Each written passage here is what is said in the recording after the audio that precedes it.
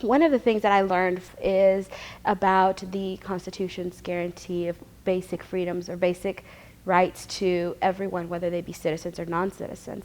And I think that if we were to focus on three basic ideas of innocence, competence, and worthiness for anyone, regardless of what the topic is, those three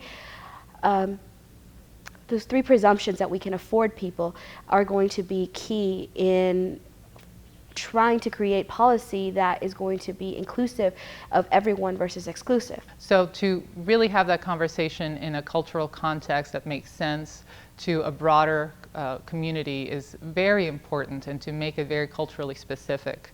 Over the last several years, the Kentucky ACLU has been doing such amazing work in protecting the rights of immigrants, what few rights people view as available for immigrants, that in the next couple of years, I think that work is only going to both continue and be necessary. Without coalition building, you cannot make any changes. It's a means for relationship building, for effective communication, for community participation, for diversifying views and people at the table, making sure that you have all of the important voices and perspectives at the table. The ACLU is going to be critical in helping to identify those challenges and help in devising creative strategies to address some of those. As a coalition of immigrants' rights supporters, we could begin to look at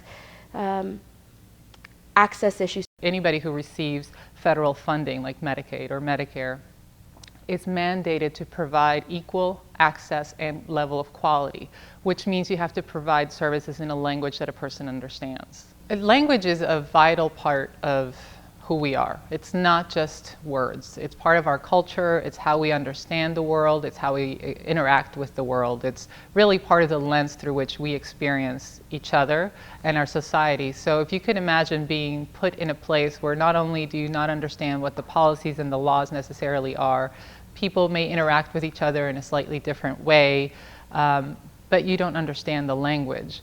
That can be a very frightening situation. When you put that within the context of healthcare or any other very important service such as that, it really becomes not just a frustration, it becomes a very urgent situation. If we take the idea that inherently people are worthy of human dignity, then it's going to be really difficult for us to make policy, or we should make policy with a conscience that respects that. We don't want immigrant rights or Latino issues to become a silo or a separate table. We want to be there at every table so that it's integrated just as it should be into the broader community.